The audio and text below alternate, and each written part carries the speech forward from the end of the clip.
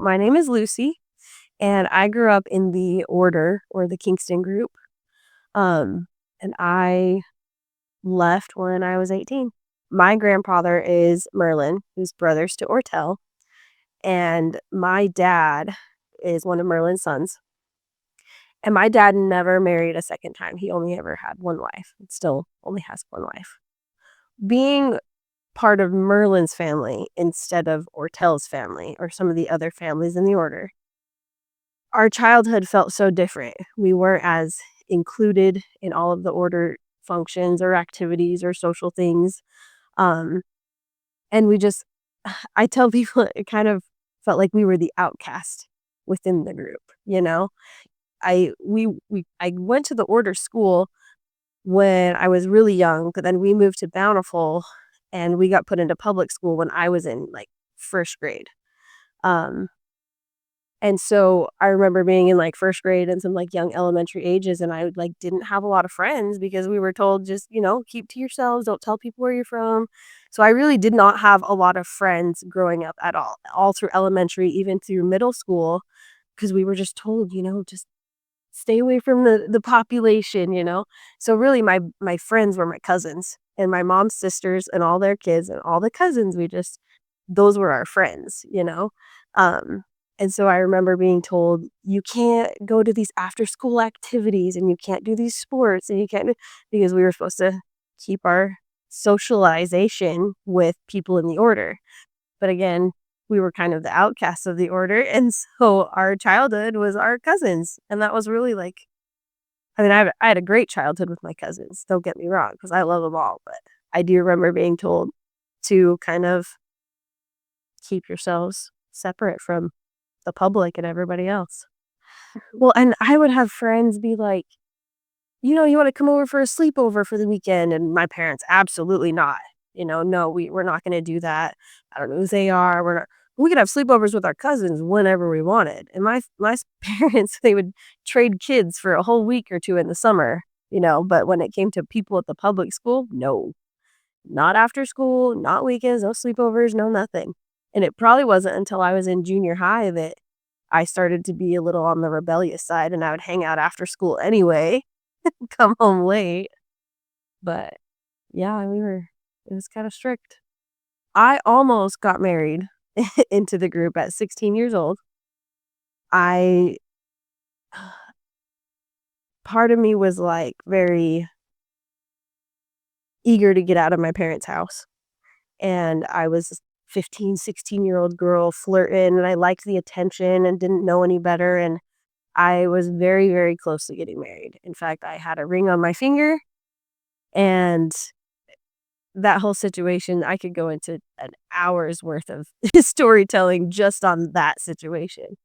My dad actually and my mom helped me a ton in that situation. I remember being so like, "Oh, I really wanna get married." And it was one of Paul's sons that I was almost married to, and he didn't have any other wives, and so I would have been the first. And I remember my dad just saying, "I think you should be 18 first," which is a shocker in the order because they normally are like, "Oh, yeah, get married at 15, 16, whatever?" And so my dad, I give him so much credit and love him so much because he did say, "I think you should be 18 first." And so it gave me some time to realize, like, "Okay, let me see how this actually is gonna feel, how this actually is gonna go." And I started going to more and more order functions at, like, 16, 17 years old, and I tried to be, like, this devout order member, and I worked at John's Marketplace, and I went to all these dances and whatever, and, the more I went and the more I saw how I didn't like it, and I just felt like, this is not the kind of lifestyle that I wanna have or that I wanna raise my kids in. I don't even have kids, didn't have kids, and I was like, "I don't wanna raise my kids in this situation," and we've seen so many good and bad things, and I've seen terrible things with husbands and wives and children and everything, and I just realized that this is not where I wanna be or where I wanna raise my kids.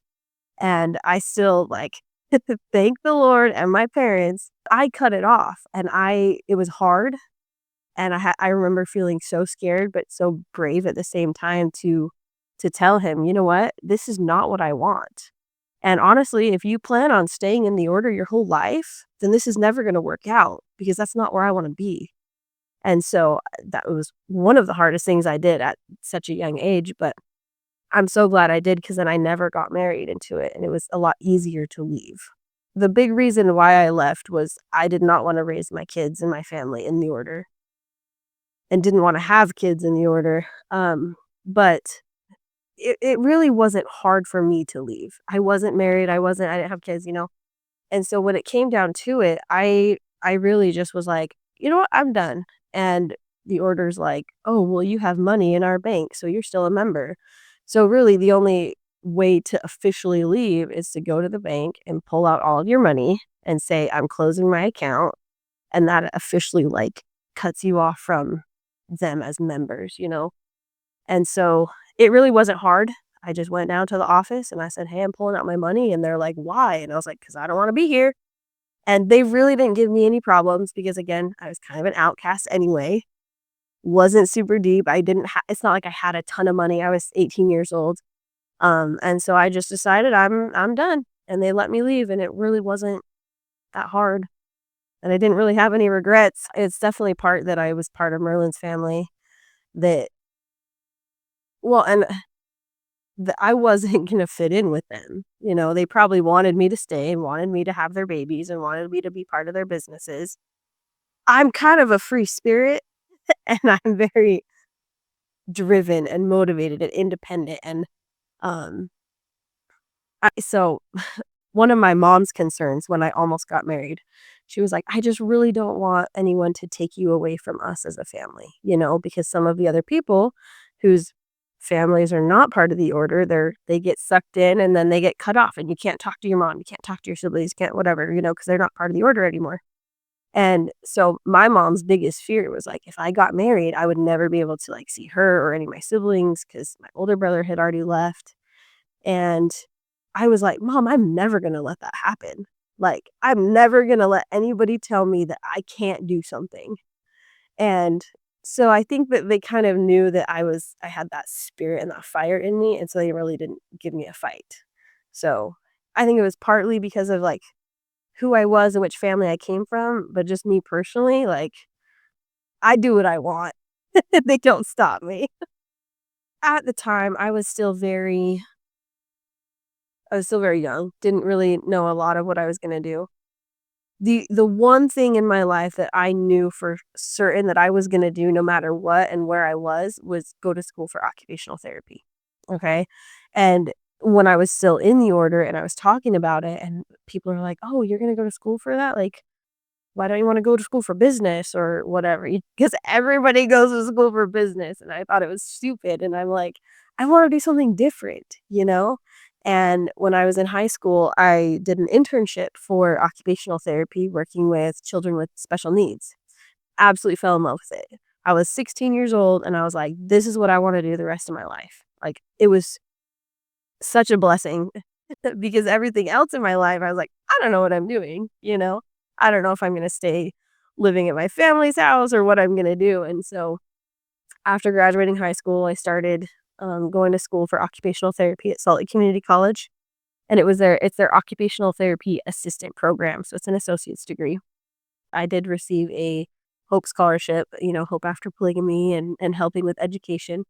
And it was kind of interesting because I remember going to, like, the awards ceremony, and I'm like, "Wow, there's actually way more people than I thought there would be as, like, part of this, this group or this, like, business or whatever you wanna call it."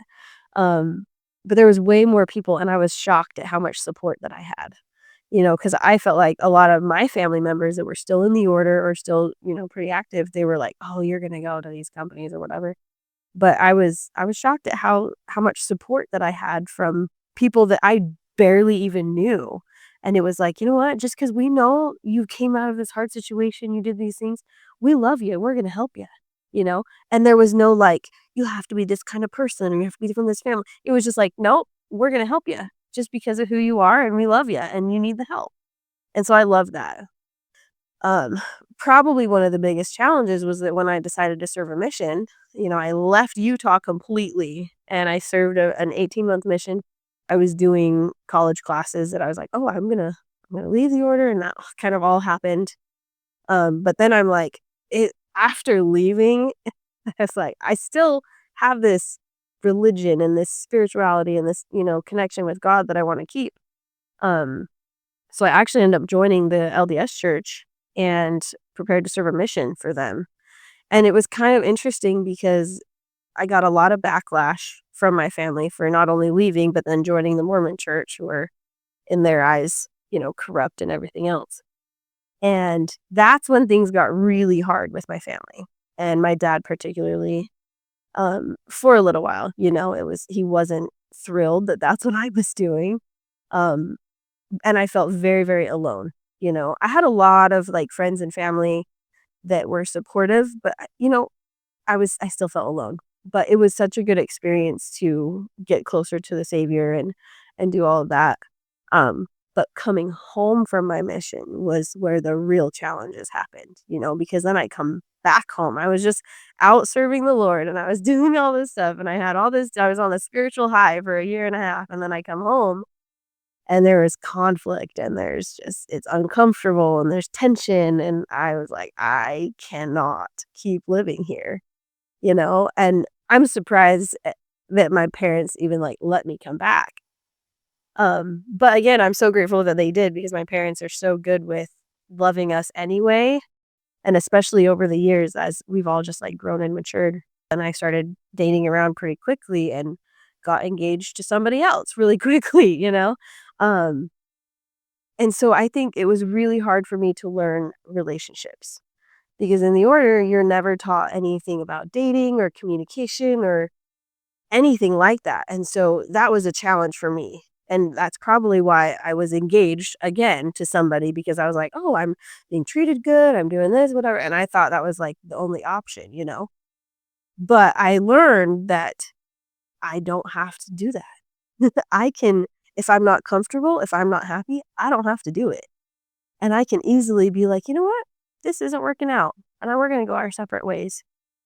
So, long story short, one of the biggest challenges after leaving the order was learning how to have positive relationships and mature relationships and communication with people and not being afraid to talk about anything. They're not real true relationships where they're equal, and that's how relationships should be. You are equal, you help each other, you build each other up. Yes, you love each other and you're best friends, and you're not afraid to talk about anything, you know? Yeah, so that was definitely a challenge for me, and I thought, "Oh, this I make him really happy. He's a good, he loves this relationship, so I guess I'll do it." And we were engaged for probably 4 to 6 months, and I just kept pushing back the wedding day and pushing back the wedding day and was like, "You know what? I don't have to do this. I don't want to do this. This is not what I want either." And it was way after I left the order, after I was home from my mission, after all this stuff, and I still was like, "Hold on, I still have this autonomy. I can still make these choices on my own, and I don't have to please somebody else." Um, and I think that's an important thing for everybody to learn is you are your own person and you can do what you want. After kind of cutting that off and taking a little break from dating and stuff, there was actually somebody from my mission that lives in Pennsylvania. I serve in Pittsburgh, Pennsylvania, and she was like, "You know what? You're single. You should go find this guy." And I was like, "Well, who is this?" And I'm like, "He lives so far away." I lived in Bountiful, and he lived in Salem. And I'm like, "That's really far away. I don't really want to drive there." So everyone's always like, "How do you know when you find the right one? How do you know?" And I never knew, right? I'm like, "I don't know. I have no idea because I've never found the right one." So we met up and we just started chatting about life and everything. And we sat there for probably what, 4 or 5 hours just talking about anything and everything. And then I was like, "Oh crap, I gotta get home. It's late. I have a really long drive." And then I sat there in the car thinking, if nothing else comes out of what just happened with this man, at least I learned what kind of person I wanna marry, like, for real. Um, and I just remember feeling so strongly the first day I met him, it's like, "This is the kind of person I wanna marry."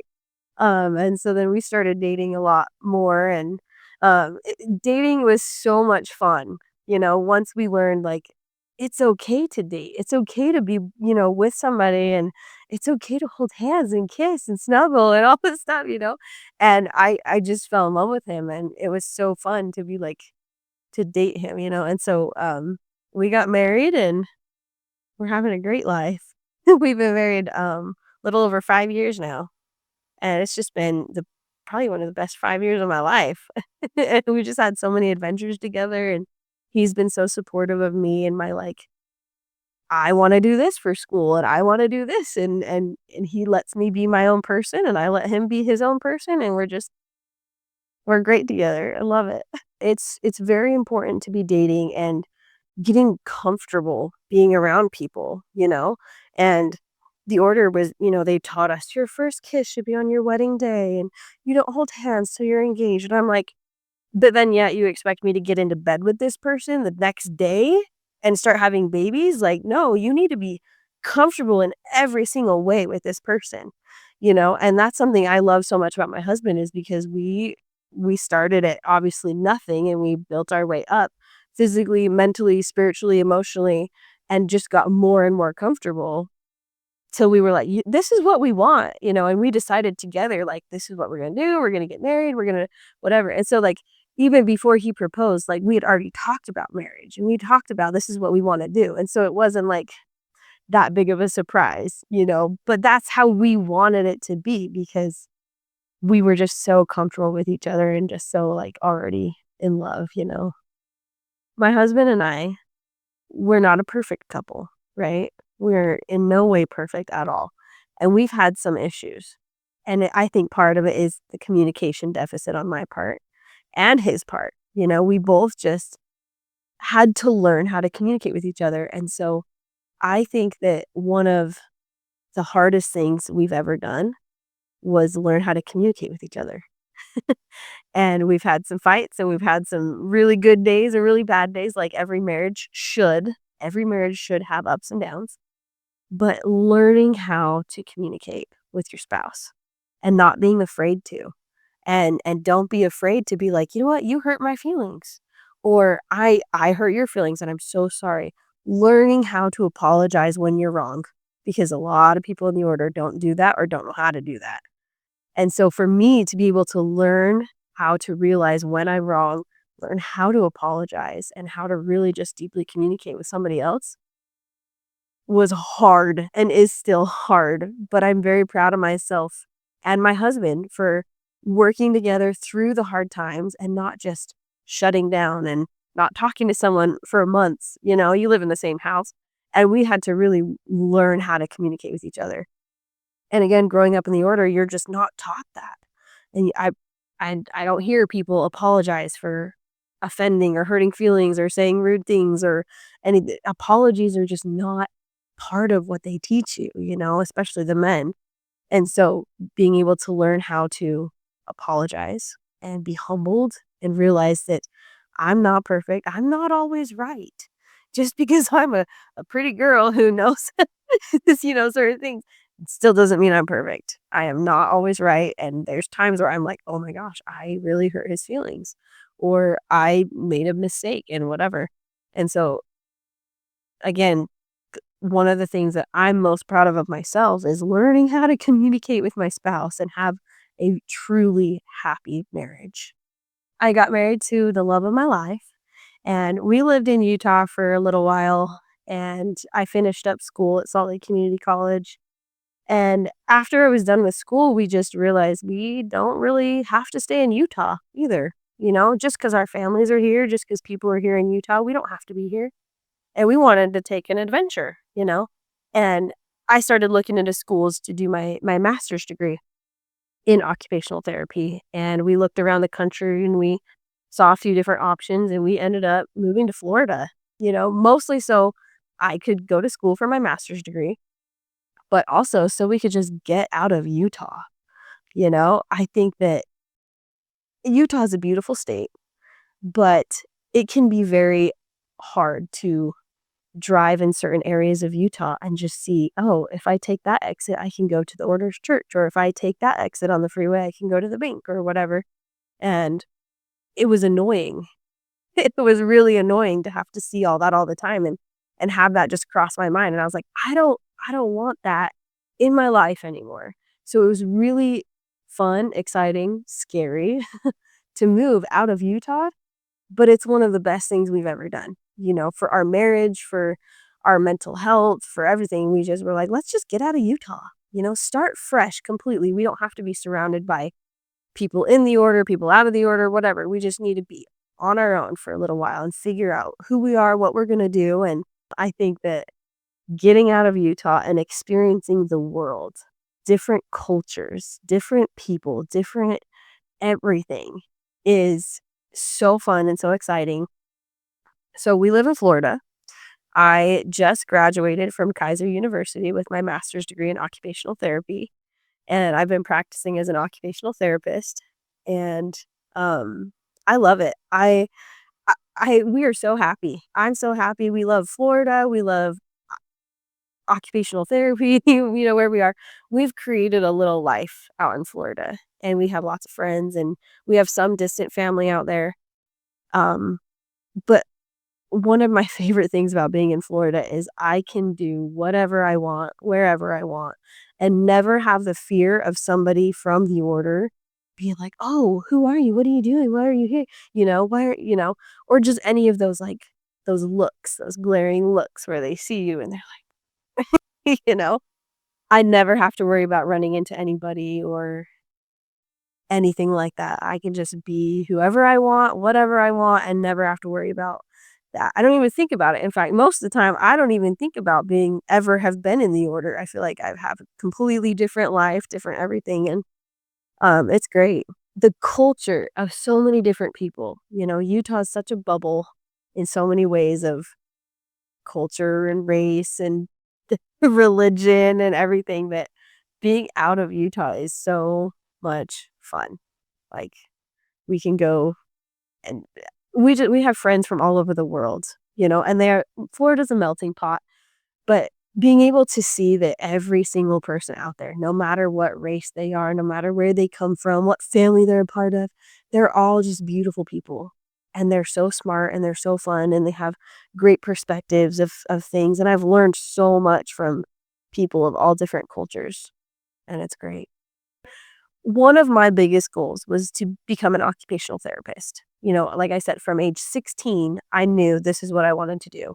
And it's been a good 10 years since I've been working on that, but I started out and I pursued through.